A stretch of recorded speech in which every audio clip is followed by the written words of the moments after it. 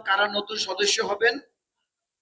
একমাত্র যারা সরাসরি বিএনপি করেন ওয়ার্ড পর্যায়ে তারা শুধু এই কর্মসূচির আওতায় আসবেন, তারা সদস্যপদ নবায়ন করবেন এবং নতুন সদস্য হবেন। এইটা হলো প্রাথমিক যোগ্যতা। প্রাথমিক যোগ্যতা মানে আপনি প্রাথমিক বিএনপি সদস্যপদ হতে হলে আপনাকে কি করতে হবে?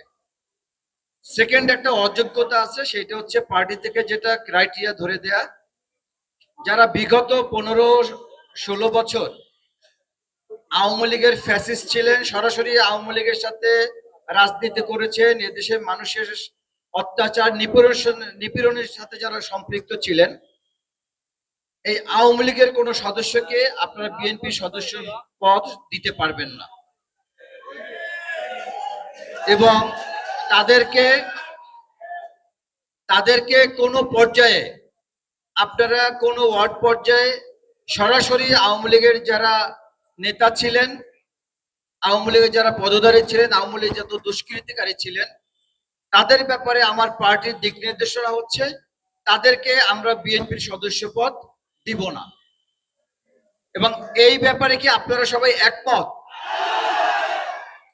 যদি সেটা একমত হয়ে থাকেন তাহলে আপনাদেরকে একদম ওয়ার্ড পর্যায়ে আপনাদেরকে পাহারা দিতে হবে যাতে আওয়ামী লীগের কোনো লোক বিএনপির সদস্য হতে না পারে।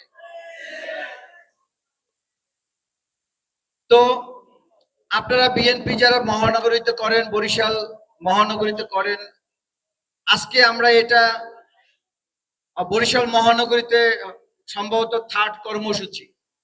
তৃতীয় কর্মসূচি। এর আগে আমাদের বিএনপির সিনিয়র যুগ্ম মহাসচিব রুহুল কবির রিজভী আহমেদ এবং আমাদের এই তথ্য সংগ্রহ ফর্মের মেম্বার সেক্রেটারি জনাব রশিদুজ্জামান মিল্লাত সাহেব, উনি এখানে এসেছিলেন এবং উনি দুবার আমাদের এই কর্মসূচিটা করে গেছেন। আমরা আবার আসলাম, সেটা হচ্ছে যে বরিশাল মহানগরীতে আমাদের বিএনপির মধ্যে নেতৃত্বের কম্পিটিশন আছে, আপনারা জানেন না? এটা কিন্তু খারাপ কোনো দিক নয়, বা এইটা আমরা খারাপ হিসাবে চিহ্নিত করতে চাই না।